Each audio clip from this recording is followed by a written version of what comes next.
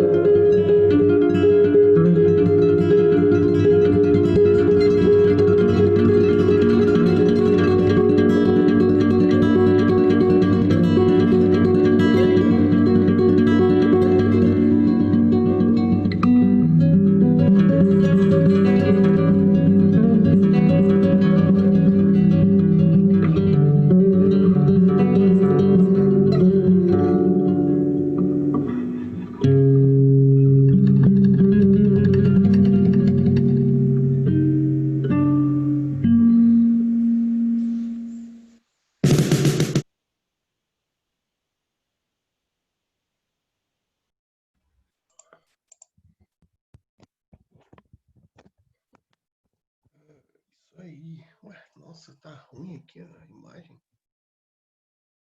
Tem um paninho aqui.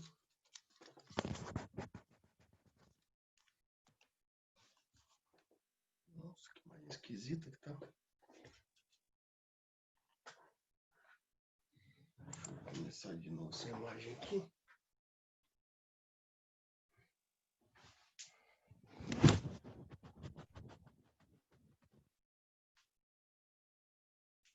Vamos ver se melhorou. Mais ou menos. Já é o suficiente. Deixa eu ver aqui se tem alguma configuração.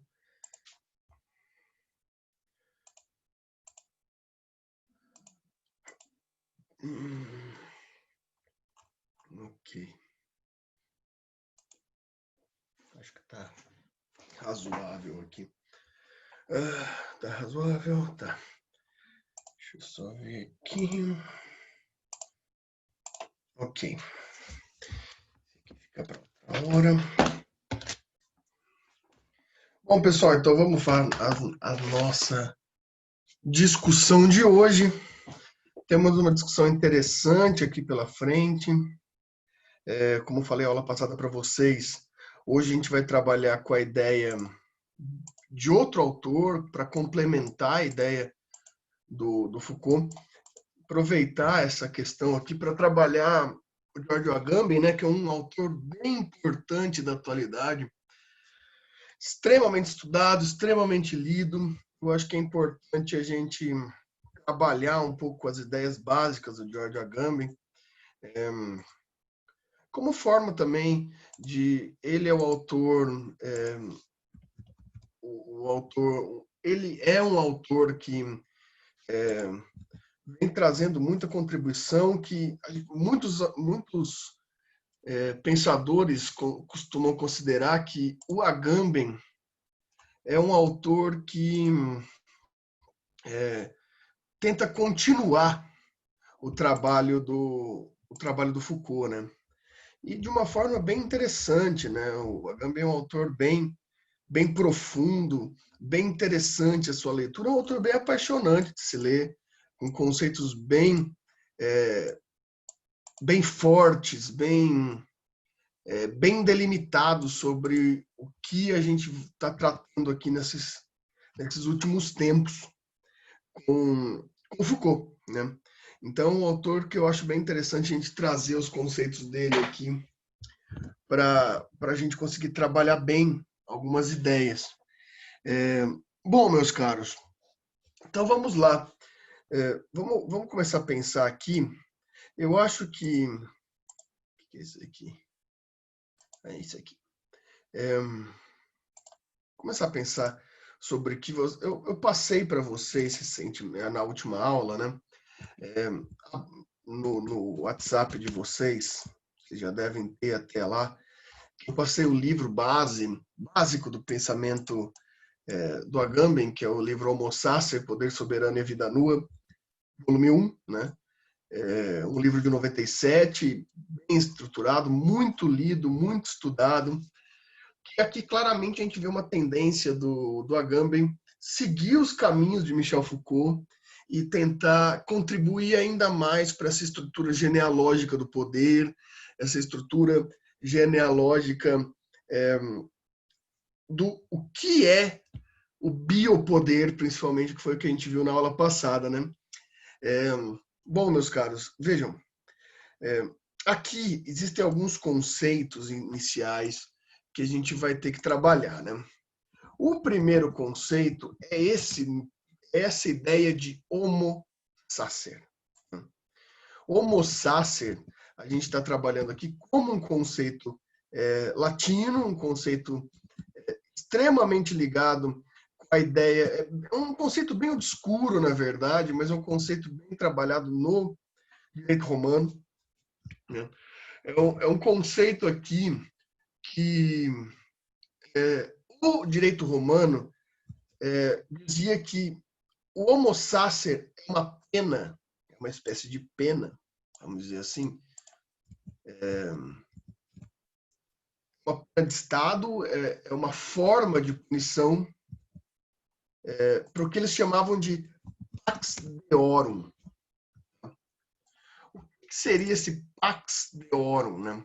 O pax deorum a gente pode determinar da seguinte forma: seria uma espécie de uma expressão latina que alguns chamavam de pax divum também, em que em latim, no direito romano é um conceito, vamos colocar assim, né? É um conceito do sistema jurídico religioso latino, que basicamente dizia algo como um pacto, uma concórdia, um firmamento entre os homens e os deuses da estrutura do direito romano. Né? Então, quando existia uma violação, né? Quando algum sujeito violação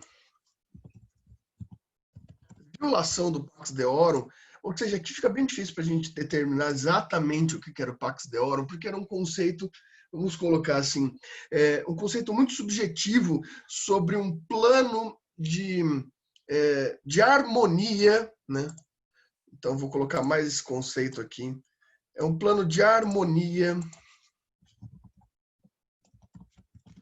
para cívitas.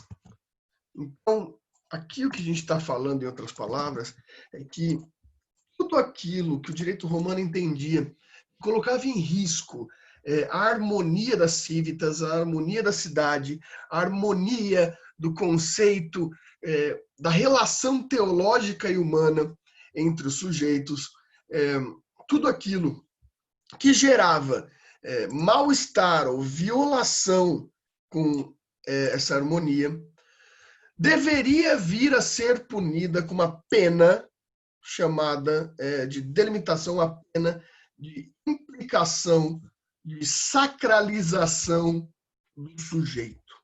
Né? Aqui a gente vai ter, felizmente, diferente do grego, né? Diferente do grego, o latim é bem fácil de traduzir, né? Aqui a gente vai ter como a palavra homem sacro, né? Homem sacro, para definir a ideia de homo sacer. Então, olha só que interessante.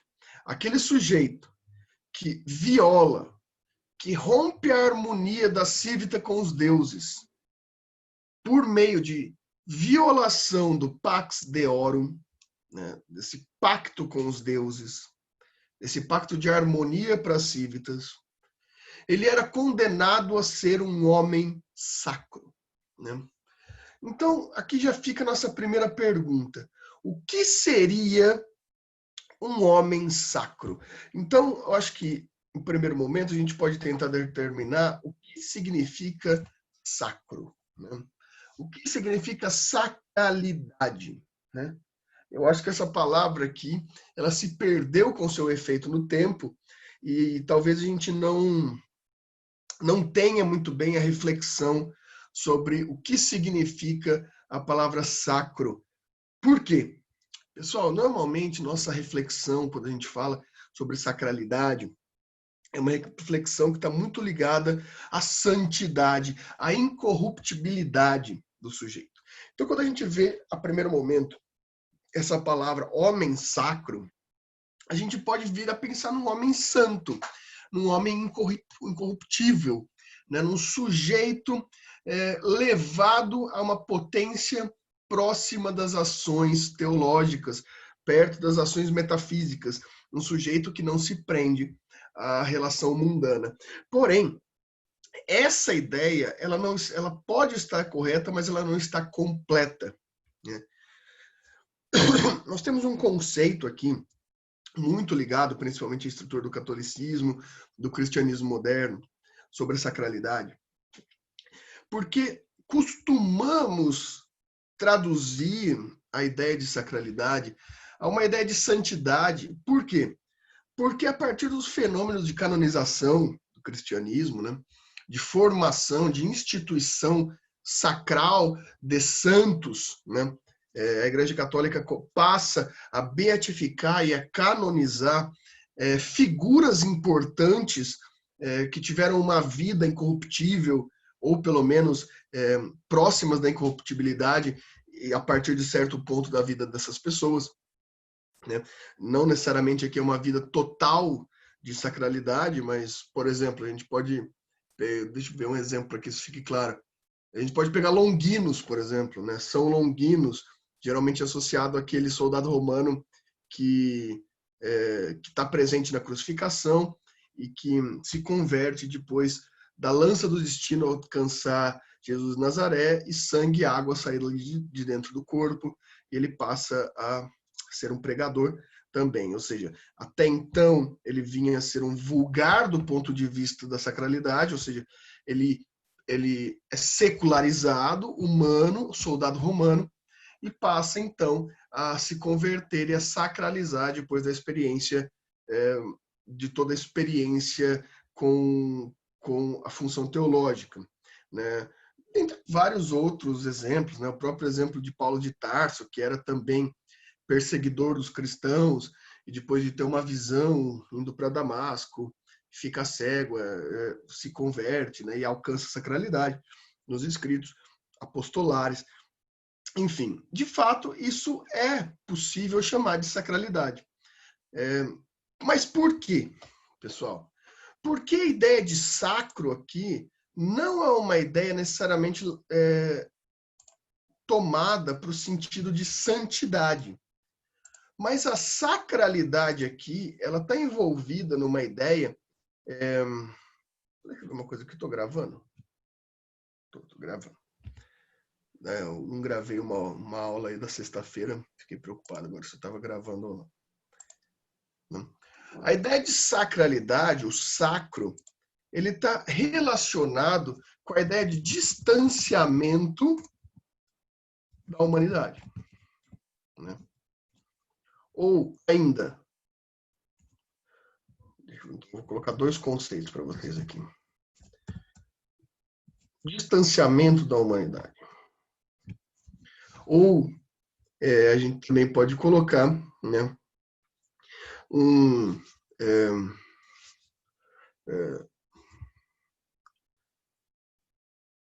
eu tinha pensado uma palavra boa que agora ela me fugiu, mas uma deslegitimação do conceito mundano. Vejam só que interessante. Por que eu chamo um santo de sacro, né? Por quê? Porque esse sujeito, a partir dos seus atos de vida e da sua incorruptibilidade, a partir de toda a ideia de pureza sobre-humana, né, da rejeição à secularização do mundo, da aproximação da ideia divina, seja lá de qual religião for, a partir desse movimento de um sujeito, de um indivíduo humano, né, se comportar de tal forma, se aproximar da ideia divina, ele se distancia da humanidade. Ele passa a não ser mais um sujeito, um indivíduo, um ser humano, e passa a ser colocado na égide do banimento do sentido humano. Ele não pertence mais a este mundo. Ele pertence ao mundo não humano, ao mundo não secular, certo? Só que também aqui a gente pode ler isso não só do ponto de vista da santidade, não apenas o que a gente vai chamar de sacrossanto, né? Não é à toa que essa palavra existe, né? O sacrossanto, que é isso, esse distanciamento da humanidade, um sujeito tão bom, um sujeito tão puro, que se distancia de um ser humano, mas também a gente pode relacionar esse sujeito com um sujeito que perde a sua humanidade. O seu conceito de ser humano é deslegitimado. Ele passa a não ser mais considerado um sujeito. Então a gente tem uma ambivalência no conceito de sacralidade, que ela não está só para determinar algo bom, algo metafisicamente bom, algo teologicamente bom, mas também aquele sujeito que é dele retirada a legitimidade de ser chamado de ser humano. É aquele sujeito tão monstruoso, e talvez essa palavra seja interessante para o conceito romano aqui, tão monstruoso que ele não pode ser considerado um ser humano. Ele é destituído da sua persona de humanidade. E é aqui que temos a realização do que significa o conceito de homo sacer como pena derivada da violação do pax deorum no direito romano. Quando alguns conceitos romanos, quando algumas leis romanas que a gente tem bem empregadas, documentadas, que sujeitos foram condenados à pena de homem sacro, de homo sacer, essa pena era dada da seguinte forma: esse sujeito não cometia atos bons, muito pelo contrário. Ele cometia atos tão detestáveis, tão desumanos, olha a palavra, desumanos, né? Tão desligados de qualquer conceito dessa persona de humanidade, que a autoridade romana destituía esse sujeito do seu caráter de ser humano. O conceito de homem atribuído a esse sujeito caía por uma legitimidade do direito. O direito retirava do sujeito sua característica de ser humano. Aquilo, como a gente já falou em aulas passadas, a qualificação política que atribuía a esse sujeito o conceito de ser humano. Aqui a insistência do Foucault, por exemplo, em dizer que o conceito de ser humano é um conceito político e não um conceito natural. É um conceito biopolítico. É um conceito em que se atribui a um corpo, uma característica que faz com que ele passe a ser observado a partir de um conceito político. E no direito romano, a gente vai observar que essa pena era dada àquele sujeito que o Estado pensava: não há pena, não há forma de punição que esteja à altura do ato praticado por esse sujeito. Portanto, o Estado lava as mãos, né? O prefeito Pôncio Pilatos já teria usado essa expressão, né? O Estado não aplica uma pena corpórea, o Estado romano não aplica uma função imediata, o Estado romano apenas destitui, deslegitima o sujeito da sua característica de homem, de ser humano, o sacraliza. O sujeito passa a ser sacralizado. E qual que é a consequência de um sujeito sacralizado, pessoal? A consequência é muito simples. Se esse sujeito é sacralizado, se esse sujeito não é homem, se esse sujeito não é ser humano, se esse sujeito não tem qualificação jurídica de ser humano, se ele não tem axiologia de vida, se ele é apenas um corpo destituído de significado político e jurídico, aquele que mata, tortura, comete qualquer crime a esse corpo, não é apenado pela forma da lei, porque a lei só atinge aquele sujeito de direito. Esse homem sacro era jogado de volta às civitas, esse homem sacro, esse homo sacer, era devolvido à sociedade, que poderia fazer o que quisesse com esse sujeito, porque a ele não era mais atribuído significado de validade. Não era mais atribuído legitimidade humana. Qualquer fosse o ato praticado com o homem sacro, esse homem sacro não teria respaldo jurídico pelo direito romano. Esse homem sacro seria um invisível aos olhos da lei. Esse homem sacro, ele poderia ser morto, ou como também poderia não ser morto. Ele não importa mais como significado para Roma. Ele não importa mais como significado sobre o direito romano. Então, eu acho que essa é a função mais interessante do homo sacer, né? Que, do ponto de vista jurídico-político,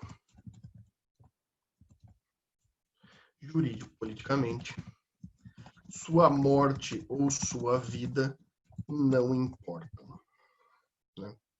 Então, aqui a gente tem um sujeito invisível, né? Não importa nem a morte, nem a vida deste sujeito. Nem não... Ué, sumiu aqui meu bagulho. Não importam. Sua morte, sua vida não importam. Até aqui alguma questão? Até aqui alguma questão?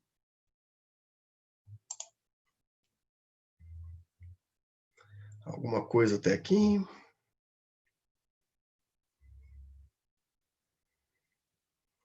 Beleza.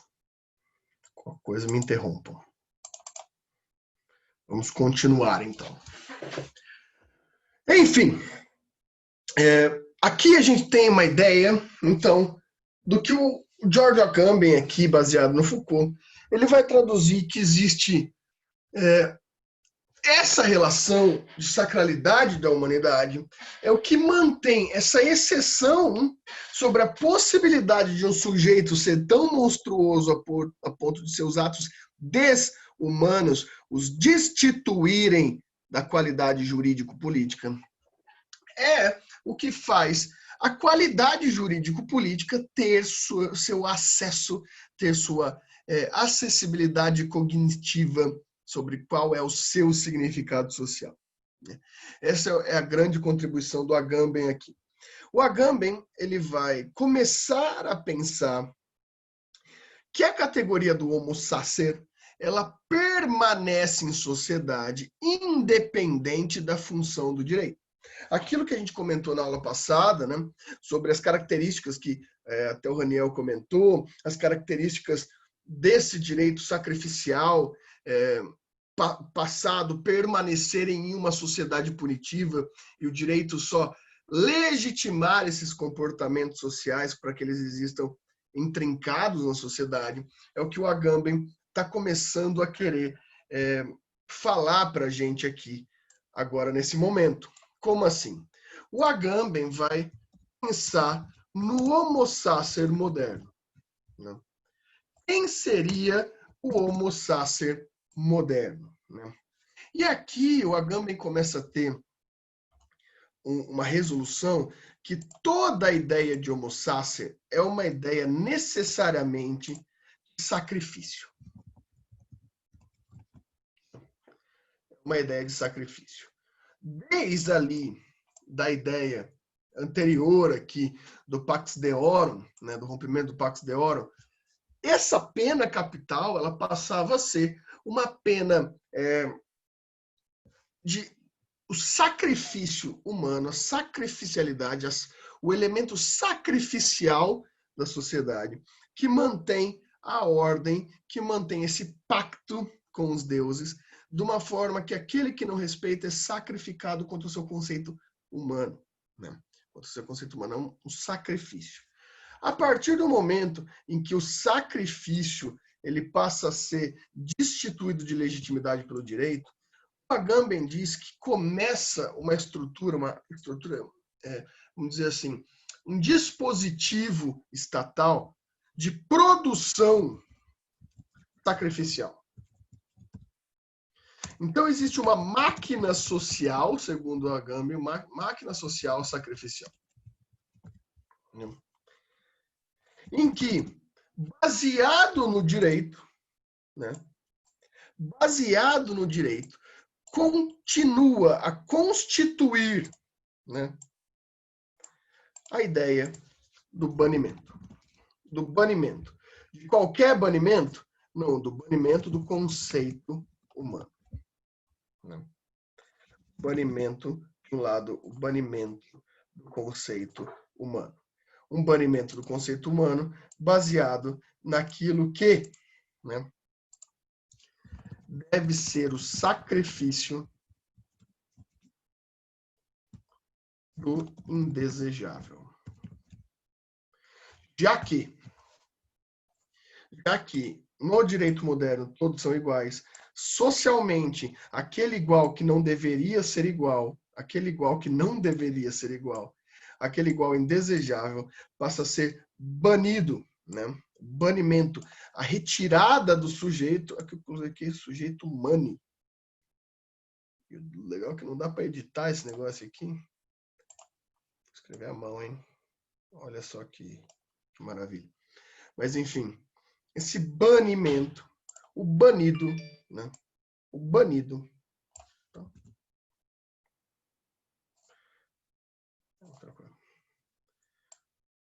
O banido. Ou ainda, da sua derivação. Aquele do bando sacrificado. Aquele do bando sacrificado. O banido, aquele do bando sacrificado, fora do bando, né? Que é excluído do bando não sacrificado. Ou ainda, da mesma raiz. Da mesma raiz. Bandido. Né? Aqui a gente tem a palavra com toda a sua gênese. O banimento do bando, que é o bandido. Né? O banido. Né? O banimento, aquele que é banido do conceito humano. Aquele que, por sua característica de ser indesejável, deve ser sacrificado como modelo de firmamento, como modelo de convicção de quem é parte do bando não sacrificado. Né? Então, o bandido, ele é do bando, ele é do bando sacrificado, só que, ao mesmo tempo, o bandido, ele é banido do bando normal. Aqui é a ideia de normalidade. Ele é banido do bando normal. Seria, Raniel. Aqui a ideia é mais ou menos uma volta, e olha só que interessante essa pergunta, que uma volta leve aos suplícios. Leve. Gostei dessa palavra. Porque o Agamben ele vai colocar aqui que o homo sacer não é mais um conceito possível do ponto de vista jurídico, como era no direito romano, certo? Então, o que a máquina sacrificial, essa máquina de sacrifício faz agora é aquela ideia de destituição, né? De destituição do conceito humano. O Agamben vai chamar essa destituição do conceito humano do que ele vai chamar de vida nua. Né? Vida nua. Eu acho interessante que esse conceito de vida nua, né, apesar de ser difícil de se entender, ele tem a melhor tradução no inglês, que é uma das línguas mais pobres para tradução, e o inglês tem uma palavra muito boa, né, para isso, né, que é bare life. Né? Bare, aqui, é a ideia de desvelada, desnudada, né? Não é só uma nudez, né? Aqui, lembrem-se do conceito de nudez lá. O Agamben é um teólogo também, tá, pessoal? Isso aqui é interessante entender. O Agamben é um teólogo. O Agamben, ele tem relações muito estreitas com a teologia. Então, vários conceitos teológicos vão aparecer nele aqui. O Bé aqui, essa vida nua, ela está muito mais ligada àquele conceito de quando Adão e Eva são expulsos do Éden, que eles se encontram com as suas vergonhas expostas.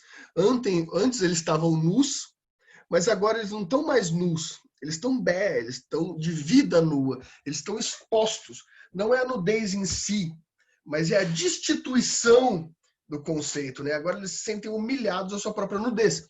É mais ou menos esse o sentido que o Agamben está dando. A vida nua é aquele sujeito cidadão, legítimo pelo modelo moderno, que não admite mais o suplício. Só que socialmente ele é produzido, por isso uma máquina, ele é produzido socialmente por sua indesejabilidade a um movimento de banimento, de tal ponto que sua vida ou sua morte não importam, porque ele foi destituído da sua própria vida, ele está como o sujeito da vida nua, né? Como está no título do livro que eu passei para vocês. A vida dele é desvelada dele mesmo, e as suas consequências são muito parecidas com a consequência do Homo sapiens. A sua vida ou sua morte pouco importam, né? É interessante porque a questão aqui, se lá no direito romano não tinha uma conclusão muito certa do que era o Pax Deorum, né? O Pax Deorum ele dependia muito do que os sábios, os juízes, os magistrados entendiam sobre o Pax Deorum. Aqui também, porque vejam, aqui o exemplo, vamos pensar assim, pensem num sujeito que praticou crimes horrendos, né? Crimes horrendos. Esse é o Homo sapiens moderno. Olha só que interessante o exemplo. Esse sujeito ele estuprou menores de idade, maiores de idade, batia na esposa dele, abusava da esposa dele, assassinou seus próprios filhos, coisas só terríveis. Pensem nos piores crimes possíveis. E eu pergunto para vocês, o que esse cara merece? Você me responde, ele merece morrer. Ou seja, ele não é um Homo sapiens. Ele merece morrer. Não é esse o Homo sapiens. Você tem um conceito aplicado a esse sujeito. Você dá a ele um certo merecimento. Você dá a ele um conceito. Você dá a ele um conceito específico. Aqui está o problema. Aqui está o grande problema. O Homo sapiens é aquele que participa de um bando. Ele é banido. Não importa a sua vida ou sua morte. É aquele arquétipo definido prematuramente, que se ele estiver vivo ou estiver morto, não importa. É qualquer um dos moradores em situação de rua, que só te incomodam. É qualquer um dos milhares de sujeitos presos por tráfico de drogas. Você sabe a cara? Você não sabe. Importa se ele está morto ou se ele está vivo? É mais um. O brocardo social mesmo vai dizer, mata um, vai nascer mais três. Isso é uma realização de Homo sapiens. Não importa a vida ou a morte desse sujeito. Esse sujeito não tem mais qualificação, ele se apresenta como uma vida nua. A vida desse sujeito já não tem mais condição específica de abordagem. Esse sujeito, ele é o banido. Ele é o banido. Tá? Ele é o bandido. Esse sujeito, não importa se ele está morto ou se ele está vivo. Esse sujeito é só um conceito. A dele foi tirado toda a relação de humanidade. Toda a relação de humanidade. E aí? Como fazemos? Eu vi uma notícia hoje que eu fiquei meio assustado. Nessa notícia, o jornalista, ele mencionou que o Brasil hoje é o terceiro país com a maior população carcerária do mundo, perdendo apenas para os Estados Unidos e para a China. Aí a notícia parou aí, só que eu fiquei pensando, bem, os Estados Unidos têm quase o dobro da nossa população. Então, proporcionalmente, a gente está acima deles. E a China tem quase, sei lá, 10 vezes mais, 5 vezes mais, e a gente também ultrapassou ela. Então, assim, proporcionalmente, nós somos o país que mais gera encarcerados no mundo. E quem são esses Faz, encarcerados? faz parte da produção do sacrificial aí, não é? Da máquina, sei lá. É isso, Daniel. Qual que é a proporção de crimes? Eu tô tendo, se eu acho aqui na internet que eu tinha salvado aqui esses tempos atrás, mas a proporção é claramente um invisível, uma máquina sacrificial invisível. Hoje, a grande... aqui, ó. Achei. Peraí, deixa eu abrir aqui numa página separada. Cadê?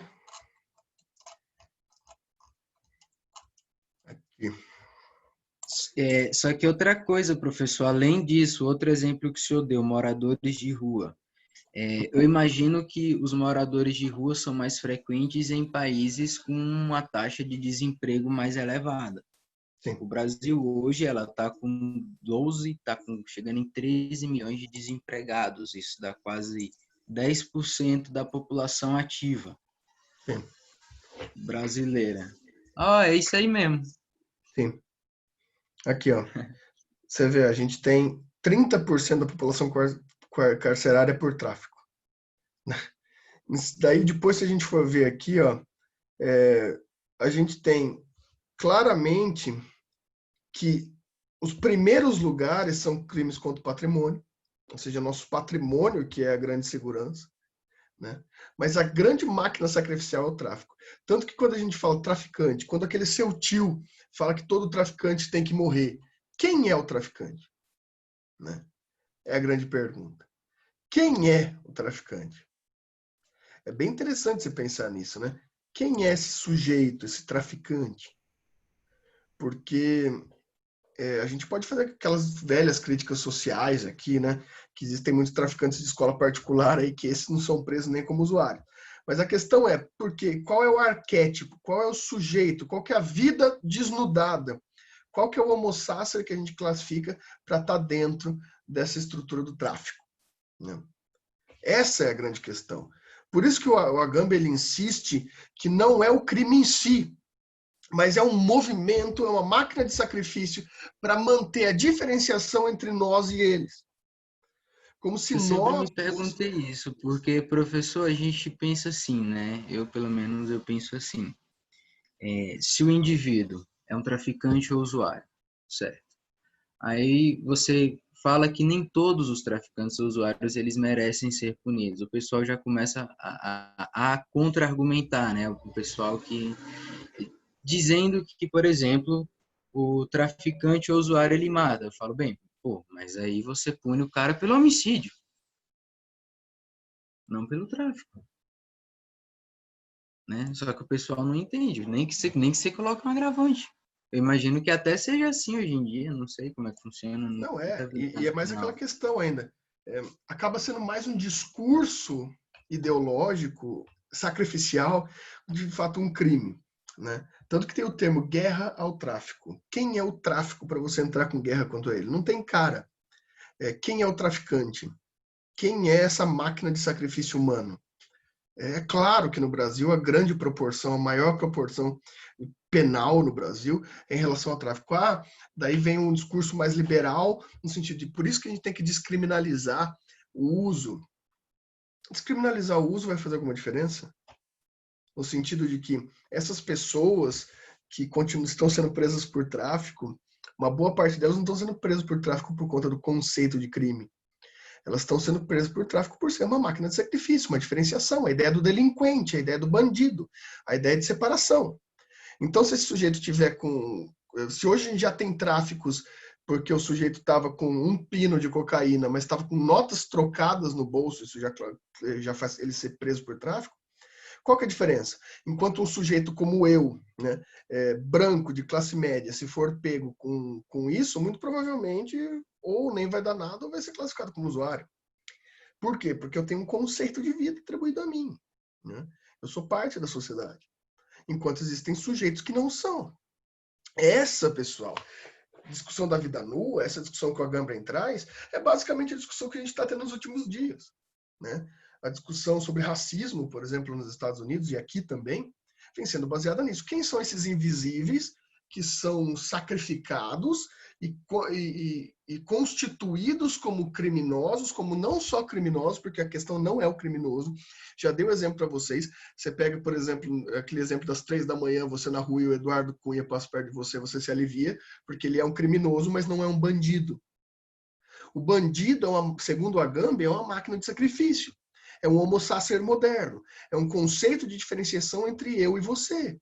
É um conceito de diferenciação entre eu e ele. É o conceito do Foucault. De quando Foucault colocava o grande genialidade da máquina sacrificial do manicômio é que se os loucos estivessem entre nós, eu não saberia se eu sou louco ou se eu sou são. Então a questão aqui é, eu preciso desse sacrifício, dessa vida nua atribuída a certo conceito de sujeito, para que eu possa me determinar como sujeito bom. Porque a grande questão é essa, esses sujeitos não são criminosos, eles são bandidos. Existe uma diferenciação muito clara entre o criminoso e o bandido. Criminoso é no sentido jurídico. Bandido é no sentido, segundo Agamben, de vida nua, de sacralidade moderna da humanidade. Alguma questão aqui?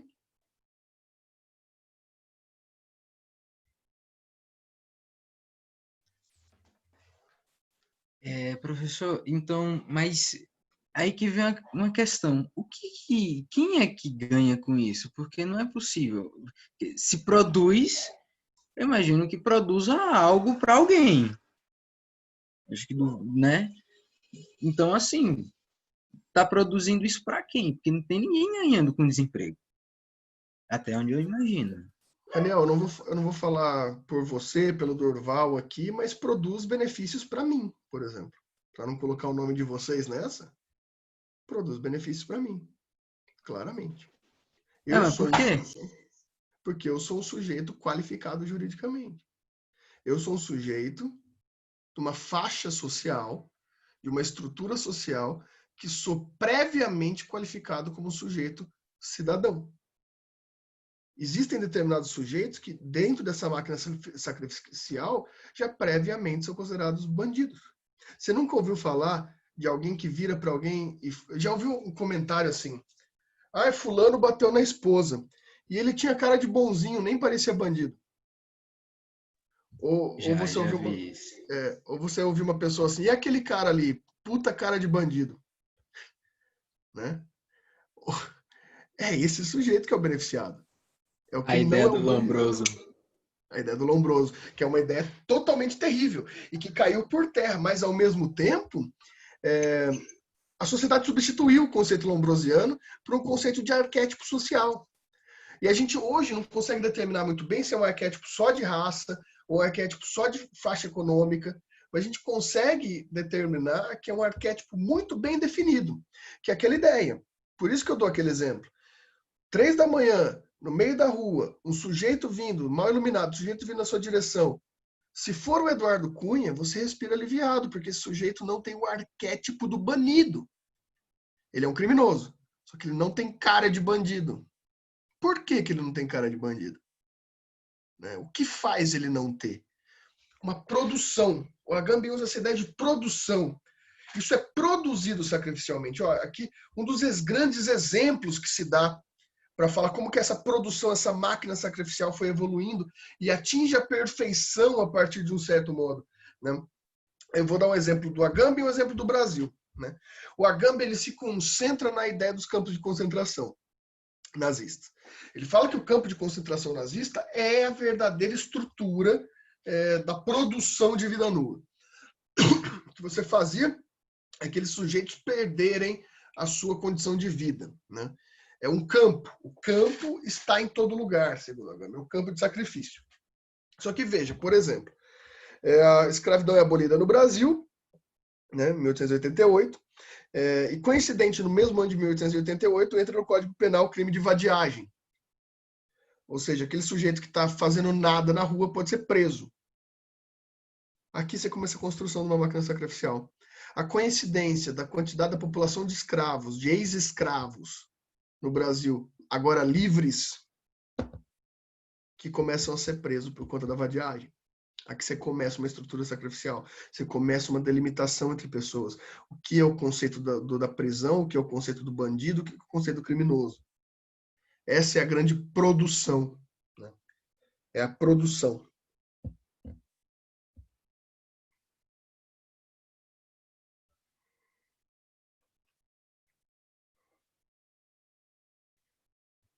Certo?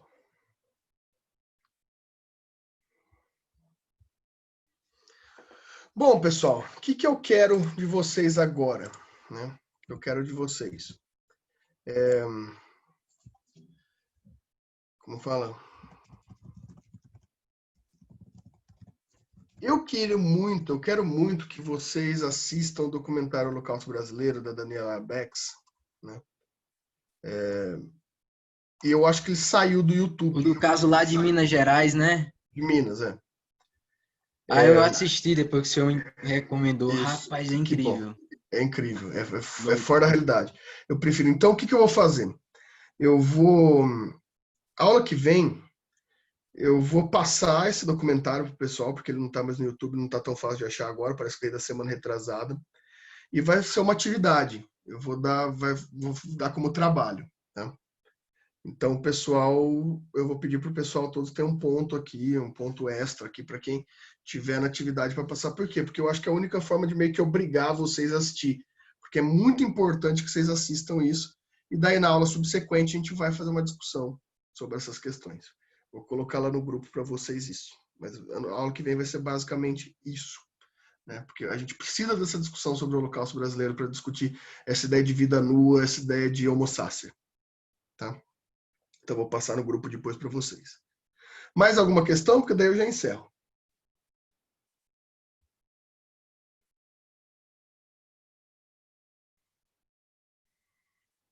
Beleza, então, pessoal. Então, semana que vem eu vou passar todas essas instruções para vocês lá no grupo de vocês. E a gente se vê semana que vem, então, com essa atividade. Eu acho importante passar essa atividade no último bimestre. Valeu? Até mais, tudo de bom para vocês. Até semana que vem. Boa noite. Valeu, boa noite.